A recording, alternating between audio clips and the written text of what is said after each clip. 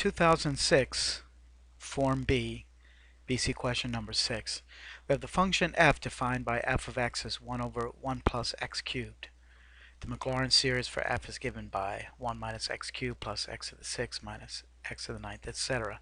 and converges to f of x for x greater than -1 to less than 1. Now, it's not asked here, but we could have derived this, what was given there, as the Maclaurin series for f by starting with 1 over 1 plus x and substituting x cubed wherever x was, and we would have gotten that same Maclaurin series. But we're asked here to find the first three non-zero terms and the general term for the Maclaurin series for f prime of x, which is not too difficult. So the first term is going to be negative 3x squared. The second term is 6x to the 5th, positive. The third term is 9x to the 8th, negative. And the general term we can find by finding the derivative of the general term given above. Bring down the 3n, reduce that by 1 to 3n minus 1, and we would get -1 to the n times 3n times x to the 3n minus 1. And we can double check that by finding which value of n would give us negative 3x squared. So in order to get an exponent of 2 for x, we would have to have n equals 1. So 3 times n is 3 minus 1 is 2. And 3 times n, again, where n is 1, would give us 3x squared. And -1 to the first power would give us -1. So this means that this starts with n equals 1. Not that that matters, but that's just the way that that is.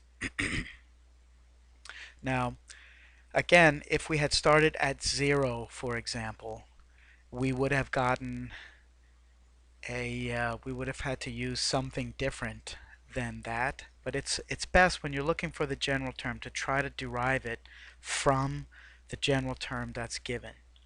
Alright, so that's part A. In part B, we're asked to use the results from part A to find the sum of the infinite series -3 over 2 squared plus 6 over 2 to the 5th minus 9 over 2 to the 8th.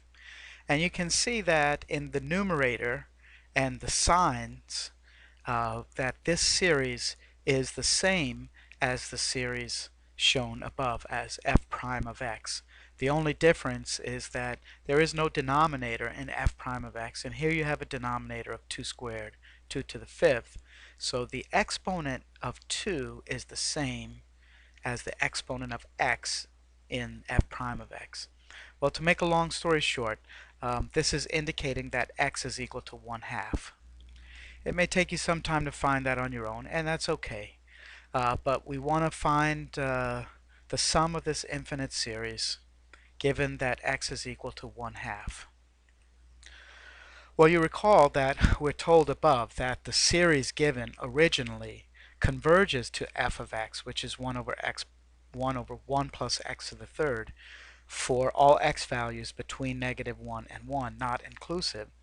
And so the derivatives will also, because that function between -1 and +1, not inclusive, again is continuous and is differentiable, so the derivative exists for all values in there.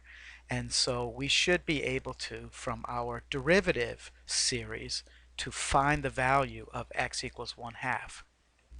But from the series, the most that we could do is to approximate that. Instead, to find this answer, we should go back to the function that was given and then find its derivative and plug in x equals 1/2 to get the answer.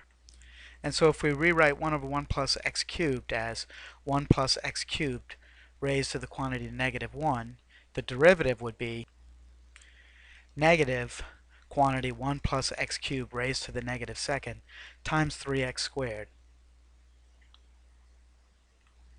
which could also be written as -3x squared over 1 plus x cubed raised to the 2nd.